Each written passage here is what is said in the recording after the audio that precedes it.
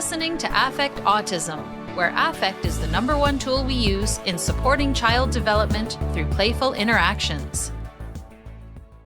If you're a caregiver looking to implement your own floor time approach, please see the Parents menu at icdl.com, the Interdisciplinary Council on Development and Learning, for the virtual floor time consultations for parents.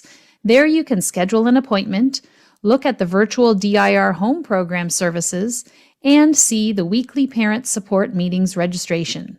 We aim to help you implement the developmental individual differences relationship-based model at home, taking into account where your child is developmentally and their individual sensory processing differences within your safe and nurturing relationship to promote and support their developmental potential. Welcome back, listeners. I'm Daria Brown, and this is affectautism.com. We have Julia Swagan this week. She is a registered social worker in Toronto, Ontario, Canada, who founded and directs Attuned Families, a clinic to help families harness the power of relationships so that parents find peace and children thrive. They offer family therapy, child therapy, parent coaching, and the Safe and Sound protocol based on the polyvagal theory of Dr. Stephen Porges. Julia is here today to discuss the work they do in a floor time lens. Welcome, Julia. Thank you for having me, Daria. It's great to have you. And the way that Julia and I connected is that we both have taken many courses from the Neufeld Institute around the work of Dr. Gordon Neufeld, who is a Canadian, Vancouver-based developmental psychologist. He was a clinical psychologist for years. He has this wonderful model of attachment, which is so much more than attachment in itself, and it's based on relationship. It's based on all of the things that DIR floor time is based on, just in general, not specifically for children with extra challenges or diagnoses of any kind, but it certainly helps children with diagnoses especially. And so through that, we met up through the local Neufeld facilitator in the Toronto area and discovered that Julia's entire clinic is being trained in floor time through the International Council on Development and Learning. So let's start off with what brought you to DIR floor time? Yeah, so I mean, it started with my own daughter who does not have a diagnosis, but when she was young was when I discovered Dr. Neufeld stuff. And just because of my own struggles as a parent and because of the struggles I was seeing in other parents, and what I knew at the time wasn't working, I sort of set out on quite a search to get to the bottom of it. Because even with all of my years of clinical training and experience in the field, things weren't adding up in my own parenting experience. So fast forward to, I opened a clinic.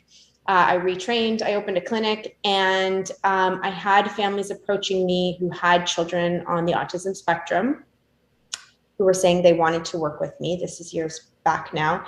And I would say, well, I'm not an expert at autism, though. That's not primarily what I do. You probably want an expert in autism. And they would say, no. We tried that and it was horrible. And I later learned that what they were talking about was like a really strong behaviorist approach to working with kids with autism that really didn't align with their values as a family and their instincts as parents.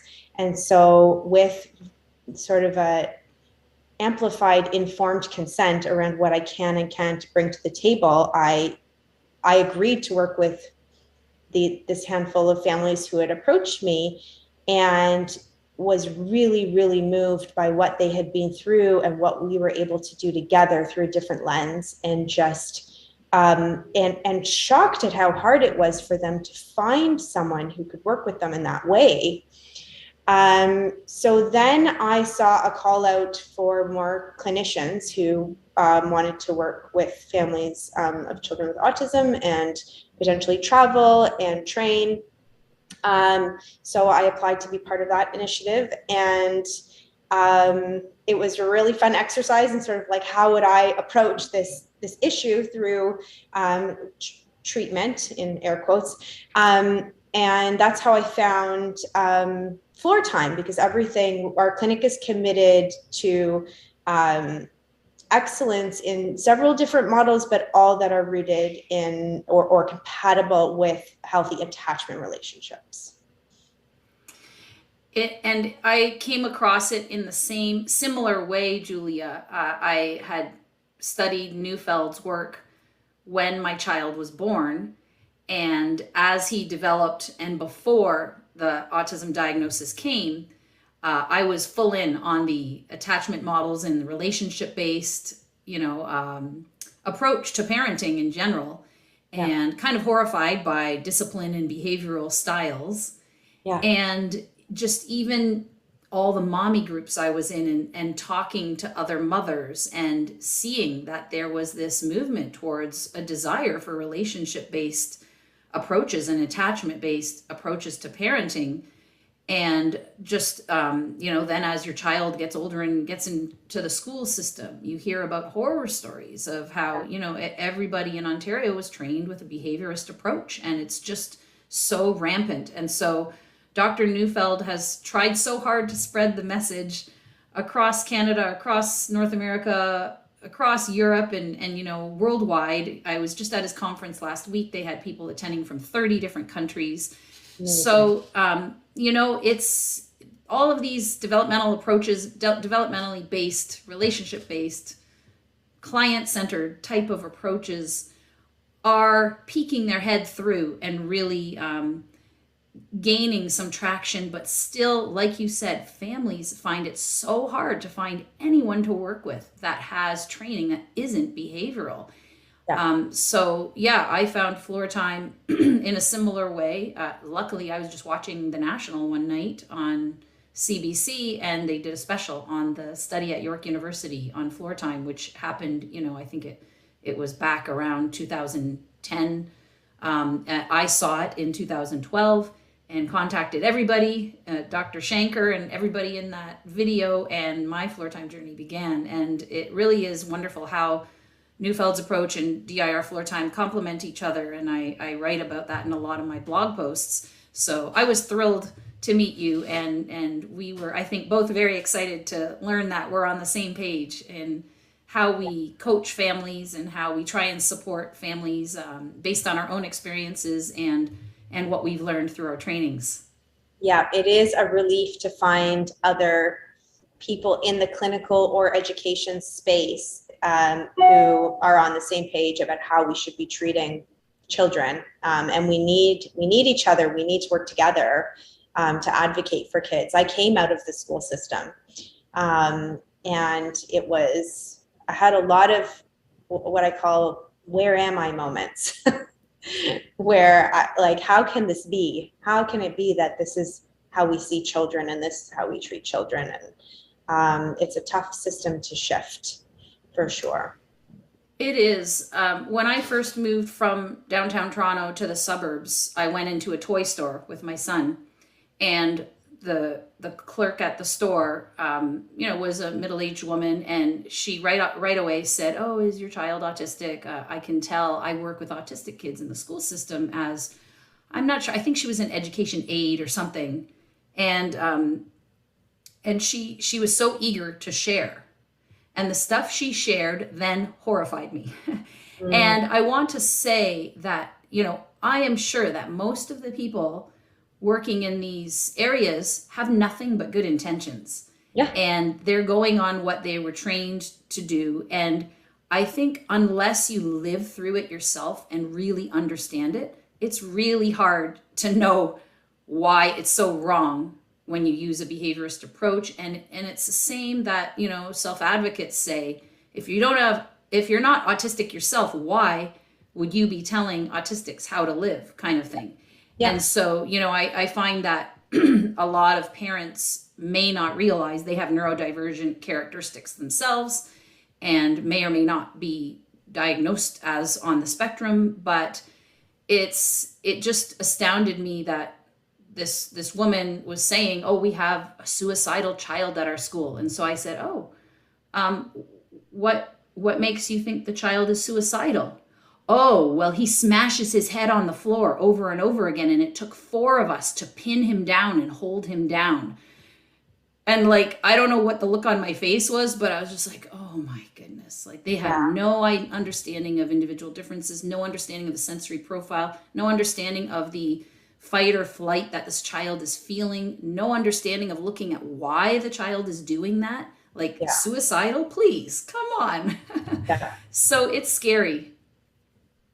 It is. And yeah, it is. And we need, it's tough to advocate. It's tough to advocate, but it's really important.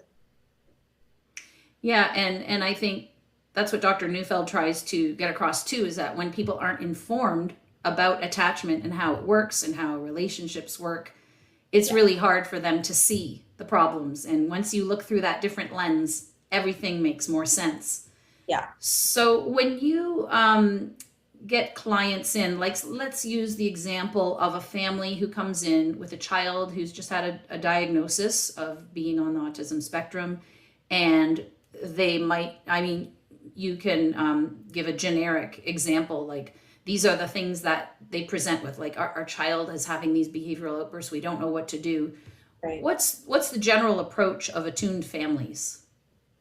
Well, at Attune Families, there are 7 of us therapists, and there are slight variances on how, like, our backgrounds and our experience and our training. But where we all come together is around being very client-centered and around using approaches that are relationship-focused and support family relationships and attachment relationships, if you will. So because we're client-centered, there are so many places that we could start, and it really depends on that initial conversation with this family and the initial experience with this child. And I think first and foremost, we want to be there to partner with the family and support them on this journey. And we could start really with sort of what feels most easy and approachable for the family, or we can start with what feels most urgent for the family. There are rarely quick fixes, but we can usually see quick momentum and start to see momentum fairly quickly. So our place to start is really in building that trust and relationship with the family, really getting to know the family. And then it just depends on what the presenting needs are and what the priorities are for the family. And so we might sit down and say, okay, I'm hearing, that you're seeing concerns around behavior. I'm hearing that you're having trouble communicating with the school, or having, the school's not managing to meet the needs, right? I'm hearing that you're not sure how to navigate the system, for example. I'm hearing that you're burnt out and spread way too thin, and that you don't have enough support. So we might, as much as the behavior might feel like the biggest, most pressing issue, we're going to be drawing on a parent's own personal resources that they're usually low on when they come to us to shift behavior. And so sometimes the first place to look is like, how are we going to support you and build you back up so that you can do this? Because there's no, when you do, I believe that it is easier to do things this way than with a behaviorist approach. As much as a behaviorist approach can seem a lot more simple and straightforward and black and white, a floor time or relationship-based approach kind of snowballs, and you get back from it what you put into it. And so it's, how do we help the family get to a starting point where the parent can start to give a bit more, and then it can start to build on the momentum. Now, do you find, I can imagine that there must be a real feeling of relief and validation that you hear from your families, because there's so much outside pressure to conform, to normalize your child, to control your child's behavior, to get them into ABA therapy, and all of these pressures. Yeah. And you're sort of sitting back and saying, it's okay, you're doing a great job, let's focus on the relationship. Do you find that there's maybe a combination of that sense of relief, as well as, wait a second, are we doing enough? Is this okay? Should we be doing more?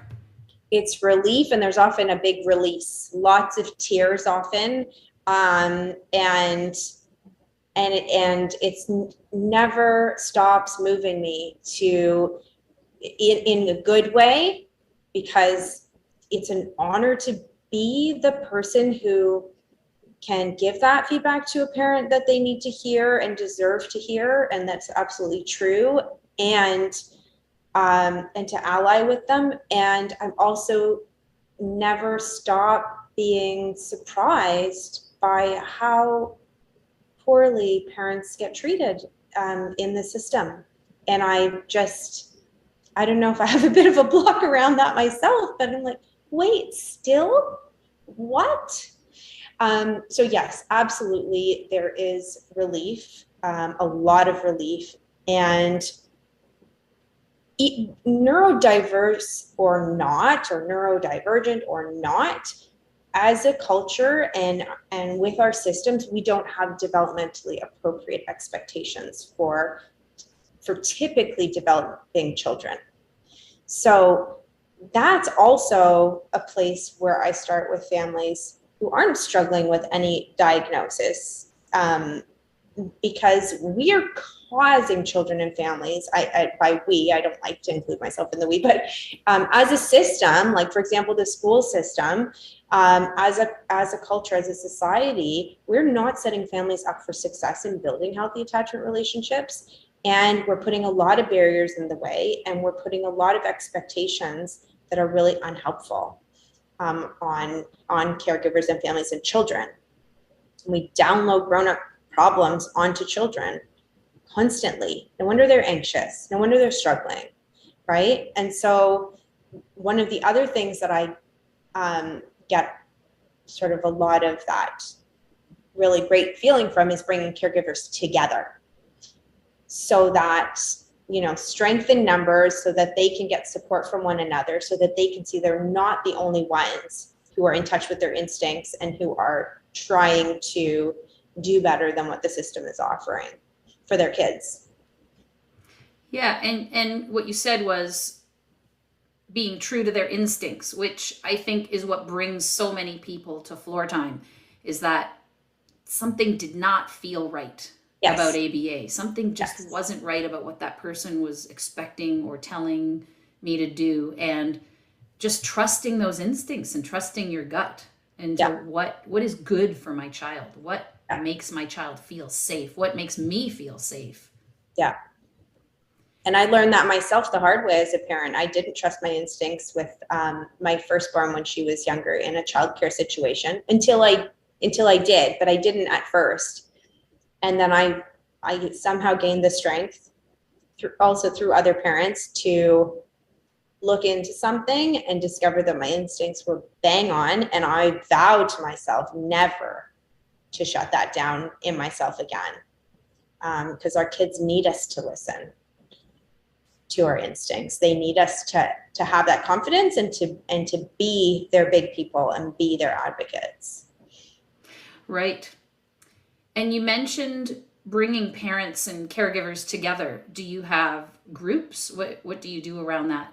Yeah, we run a parenting group called the Attuned Village. And so we have some digital content that parents have access to when they're in the village. And then we come together every second week over the lunch hour just to chat about whatever is coming up for them. And then I, of course, have my little tips and tricks and reflections that I share, but it's also a place for parents to support one another.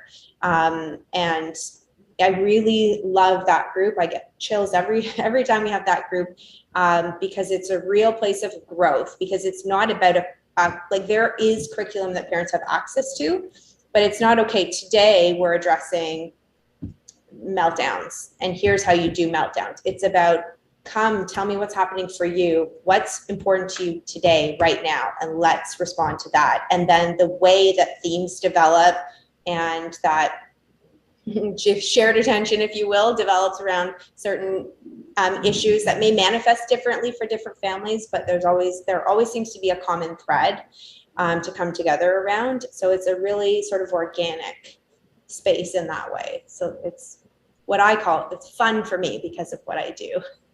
But yeah, and I hear that it's beneficial for parents as well. And when you meet, is it virtual? It is, yes. Before the pandemic, did you have these groups in person, and do you foresee having them in person in the future, or you're not sure right now? I don't know if we'll have them in person, just because logistically it can be challenging. But we do workshops in person. We used to do workshops in person, and we were doing an event in June, which is more than a workshop. It's a very fulsome curriculum. But yeah, for the group, so far it's virtual. Well, since you brought that up, I brought up your website here. For those listening on audio, you'll be able to see this at the blog post at affectautism.com if you look under attuned parenting, attuned families. This is the Attuned Parenting Seminar being held coming up on June 8th, all day in Prince Edward County, which is up somewhere near Kingston. Is that right? Yeah, it's in Eastern Ontario, yeah. And why don't you tell people who are listening, because hopefully some people that are listening would be willing to make the trip there for the day, and the venue looks absolutely gorgeous. What is happening during this day? So the venue is gorgeous. I'm very excited to spend the day there. We wanted it to be an open air situation, but we really wanted parents to feel looked after for a day. Parents are, particularly the parents who are listening now, are doing really hard work in their parenting that often goes unseen and unappreciated. And so we wanted to show our appreciation and look after parents for a day, while also giving them sort of a protected space to gain some clarity, consciousness around their parenting.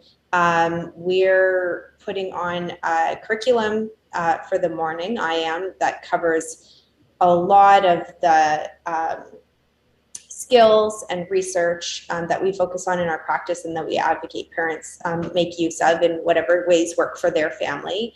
And there is an opportunity to work through what I call barriers to putting these things into practice, because there are a lot of parenting courses out there, but what I find doesn't get addressed enough is like, yeah, I know what I'm supposed to be doing, or maybe I don't, but after today I will. But there are so many things that get in the way, right? And so how do we overcome those? That's the biggest challenge I think a lot of parents face. And lunch is provided, and then we do breakout groups in the afternoon where people can share their stories, connect with other parents, and process and troubleshoot some of the information from the morning. And there's a virtual option as well for anyone who can't make it out to the county. Although I am very excited to have people in person. We will have people tuning in live over video as well. Wonderful. So I'm going to click on the Learn More link, and this is where people can register by clicking on the register here and learn more about it. So this looks fabulous, and I imagine that if it's a success, you'll probably make it an annual event or something like that. There's a lot of planning that goes into these things, so I love that idea in theory. So far, I think it will be a success, but I'm going to need to take a couple days after it's over to make that decision. I'm really, really excited for it, though. And this is eligible for OAP funding or workplace benefits as well, to get reimbursed for the cost of it. So Julia's talking about those who live in Ontario, Canada. The Ontario Autism Program, if you have funding from that, you can use it to register for the event on June 8th, or if you have benefits for social workers through your work. Yeah, exactly. I'm showing now the Attuned Families homepage, and you can book a free consultation. There's information here, and what I want to point out is, where is it? Here at the bottom, Julia also offers a free course that is three short videos, and you can just enter your email address and click get the course. And that this is a wonderful free resource for people listening if you want to check that out at attunedfamilies.com. if you scroll down to the bottom of the home page. So that's a great resource as well. How do you see well, I guess maybe a two-part question. How do you see what you've learned from Dr. Neufeld's work meshing with what you're now learning from Floor Time? And then I guess part two would be, how do you apply like the Floor Time stuff that you know in your practice? Or is it sort of all just sort of a part of that general philosophy that you've had from the start of your clinic? I think, I mean, when you've been practicing for a long time, things tend to sort of mesh together, and you're not always totally conscious of exactly where what you're doing has come from. I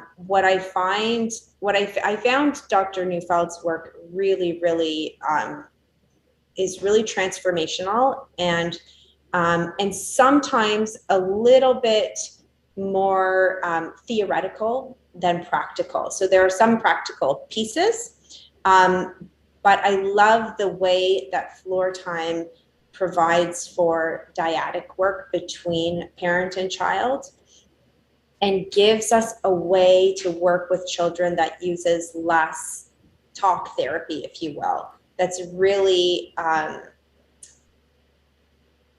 really deeply reading children in a way that I think just builds really beautifully on Dr. Neufeld's work. So I think they relate to one another really beautifully. And I'm a lifelong learner. Everyone in my practice is committed to lifelong learning. And so the more approaches and theories that I can learn that align with the value system that we have at the practice, the better. So so it does all kind of become part of what we do. It gets integrated. But yeah, we also use like emotion focused family therapy, which is more skills focused for parents, and also pairs really beautifully with both Neufeld's work and Floor Time, because it is a way, sometimes parents get caught in what we call blocks in emotion focused family therapy. It's like, I intend to, for example, attune to my child's tough emotions, but then I pull back, and it's not on purpose, right? We can, through emotion focused family therapy, we can get beneath that and process and clear what's getting in the way. So then parents can better access the tools that they've learned through us that come from, for example, Dr. Neufeld, or they can show up more meaningfully in Floor Time therapy. So yeah, I do find all of the different approaches that we use work really nicely together. Yeah, that's wonderful, because I know that, you found too, I see it in the online parent support through ICDL that I facilitate weekly. Parents are all on their own journeys. And so the parents that come in with the youngest children that were just diagnosed are at the very start of their journey, versus the parents that have been doing Floor Time for a number of years, versus the parents who have older children who are just learning about Floor Time. And everybody's in a different place in their journey. And everybody has different assumptions and understandings of what they expect of their children, and different capacities to attune to their children. Yes. And if you're a person who finds it really hard to get in there and just be with your child and empathize with their emotional experience, then it's a lot trickier to get in there with Floor Time. And sometimes you'll see the difference between moms and dads, not necessarily in a stereotypical way, because sometimes it's the dad who attunes so well and the mother who's more strict and behavioral. But it's really interesting to see that, and so that's interesting to hear that the emotion focused therapy helps break down those barriers. Yeah, and that's what we're all about, is breaking down the barriers, because I think there's a huge narrative out there that is very parent blaming, and I know that when I'm not well supported, I can't show up the way that I want to for my own kids, right? And so we're really big on breaking down the stigma and the blame and the shame, and just getting to the root of it, and helping families have what they need to enjoy the rewards of healthy family relationships. Yeah, Dr. Glavinsky has talked about this a lot in the podcasts I've done with him. He's a psychologist in Ann Arbor, Michigan, and was buddies with Dr. Greenspan from the start. And he has wonderful stories about when he was a teacher in schools and just having that natural floor time approach, and talked about how usually parents will do things in the way they were parented, and they have this kind of blockage in their mind about the child must do this and I can't do this, otherwise it's being lenient and being in letting the child get away with things, and just reframing that so that you're like, no, come alongside the child and try and experience, like, what is it they're experiencing right now? Stop focusing on the behavior. And it's so easy to just say, don't focus on the behavior. Yes. And you can think that, but to actually do it is something very different. Like, there's the whole cognitive piece, and then there's this whole experiential piece. And that's what this floor time and Neufeld and everything approach is really about, the experience of it all. And you have to do it and do it over and over again to get it. Because I have people say to me all the time, I've read Engaging Autism. I listen to all your podcasts. I read all your blogs, but I still don't know what to do. Like, because you're reading it cognitively. Yeah. And that's why I say, and like part of, like, I am right there with parents, breaking certain cycles in my intergenerational history, right? And so, and luckily for me, I live and breathe this stuff, right?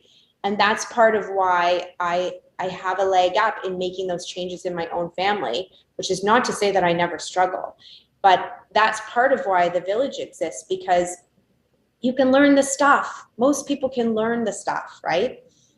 But you need repetition, you need reinforcement, you need a place to get your mindset back where you want it and do differently. And then you might fall back into old patterns, but then 2 weeks later, you're back in that place. Right. I knew I knew what I wanted to do, but I kind of forgot, right? Because it's very easy. It's not easy to make these changes. What I will say though is that parents of younger children have increased neuroplasticity. So they do have an advantage, and it's a great time to practice and change and grow as a person. And your growth is your child's growth. The more you grow, the more your child grows. Yeah, I've seen that with some of the parents that have been coming to parent support group for a number of years, and you've just seen the growth, and maybe they started with 2 children or 1 child, and then they have 2 or 3, and you start to see how much more confident they feel. And like Dr. Neufeld says, like, you have to know you are your child's best bet, not be looking outward like, who can help me? Who can help me? I don't know what to do. Like, you're your child's best bet. Have that confidence. Yeah.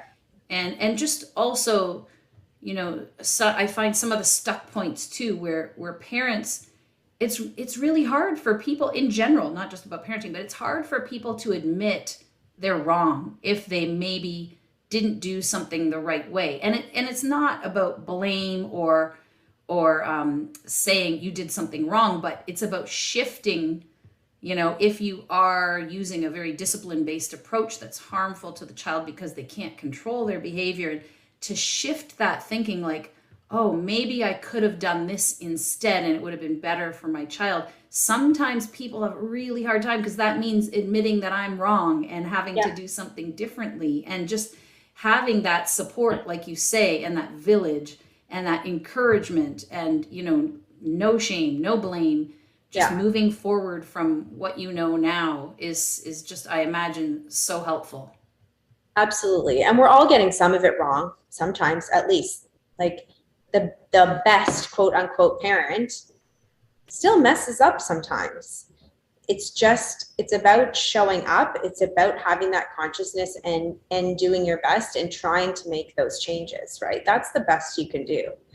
I think a lot of families also fear what will happen. Like, this is sort of what's supporting my family right now. We have this behaviorist approach in place. Take that away and it will be pandemonium. So there can also be a lot of fear there. But so we don't start by taking things away. We add first, and that's how we shift. But I would argue that most of us are not getting it right. And I think that, and again, quotes right, wrong, but we're not supported to. We're not supported to do well by our kids. I mean, we have half of all people are diagnosed with a mental health condition by age 40. How can we say that we're doing a good job with our kids if that's the case? We already have 1 in 5 and probably going on 1 in 4 children diagnosed with a mental health disorder. And I can tell you from my experience, many, many more undiagnosed, but still struggling, right? And so there's no way that we're getting it right. The best thing we can do is acknowledge that we're not getting it right and try and do better. Yeah, and that's such a good point about, not having the support. So how can you succeed if you don't have support? And so important. Something you said makes me eager to give a preview for an upcoming podcast that I'm going to be doing with Dr. Neufeld. And two things that jumped out at me from his keynote at his conference last week were the themes of emotional well-being instead of mental health. Yes. He said calling it mental health really labels it as a disorder, like something's wrong, whereas it should be about emotional well-being, because we all need to have emotional well-being. We all get dysregulated. So if I'm dysregulated and I'm tired, I'm not going to be that perfect parent because I haven't had sleep, or I have bronchitis for 2 weeks and lost my voice. I can only do so much. And so what is this emotional well-being and how do we get supported around that? So I can't wait to hear his take on that in the podcast. And then secondly, one thing that we haven't talked about yet, which I think we'll end off with, is this whole concept of play. So my series, We Chose Play, is like my family's story of getting into floor time and how it was applied and applying this whole developmental approach and lens and everything like that, and how play is so important to floor time. And Dr. Neufeld said at the conference, instead of calling it play, he likes to think of it as the emotional playground. Mm-hmm. So it's a playground and it's emotional experiences, because people label play, like they'll say, oh, I played soccer. Oh, I played video games. Oh, I played a board game. That's not the type of play that he's talking about for, an emotional well-being. Like, you need those emotional playgrounds. So I imagine that that's a lot of what you provide for your families as well, is how do we make this playful? How do we just connect with our children and just have fun together? And even for things that aren't necessarily easy, how can we use that emotional playground to sort of get through it and support our kids? Yeah. And each other as spouses or whoever. Yeah, I'm excited to have a listen. Dr. Neufeld has a really brilliant way with language, and among his many other talents. And I agree wholeheartedly. We say we are focused on prevention, early intervention, and innovation in child and family mental health. So we say mental health and well-being, but I like emotional well-being. And because that's what we want more than the lack of a disorder. We want people to thrive. We want our kids to be thriving, and they can be. And we can help get them there. And same thing for our children, as you mentioned, for the parents. The children feel supported, then everything can just elevate instantly. Yes. You just notice like simple things like nitpicking at your child, like, oh, don't do that. Oh, do this. Don't do that. We don't even think twice about it. Yep. Versus the next day, like, oh, look at that. What you're looking at. Isn't that awesome? Can you share it with me? And just a simple shift of that can just suddenly lift a child's spirit. And you just see they feel more confident. They feel supported. They feel happy. They feel loved. And that's what we want for them to thrive. Yeah, absolutely. Well, is there anything else you'd like to leave us with before we sign off? I think we covered it, but the clinic is Attuned Families in Toronto, and here is the main website. There is the live event coming up June 8th in Prince Edward County, Eastern Ontario, which you could also attend virtually. and it is a social work clinic. So her team is here. You can see there's a number of social workers on staff that work with families, and all of the different types of therapy that I mentioned at the beginning. So family therapy, child therapy, parent coaching, and the Safe Sound Protocol, which we didn't cover, but I did a podcast with Dr. Porges, so I will link to that in the blog post so that people can look that up if they're wondering about that. So yeah, if people are in the Toronto area and they want to check it out, you can email and book your free consultation. Contact link up here at the top for those listening on audio, attunedfamilies.com, and the blog post at affectautism.com with Julia Swagan. Is there anything else you wanted to add? No, I mean, just to encourage parents to own your role, follow your gut, find people to support you both formally and informally, who you do genuinely feel supported by. And your growth is your child's growth. So love that. Yeah. Maybe that's what I'll call this podcast. Your growth is your child's growth. Sure. I like it. Why not? Okay, thank you so much, Julia. It's been wonderful having you on. Thank you for having me. Until next time, here's to choosing play and experiencing joy every day. We Chose Play is a new series documenting my family's floor time journey. You can see the preview on YouTube, and you can register to watch the extended trailer for free at affectautism.com/play, or just go to wechoseplay.com. With each episode, you'll glean insights, tips, and reflections, what I learned and what I know now that I would tell myself back then along the way. I hope it will support caregivers in their floor time experience. We chose play. We have joy every day.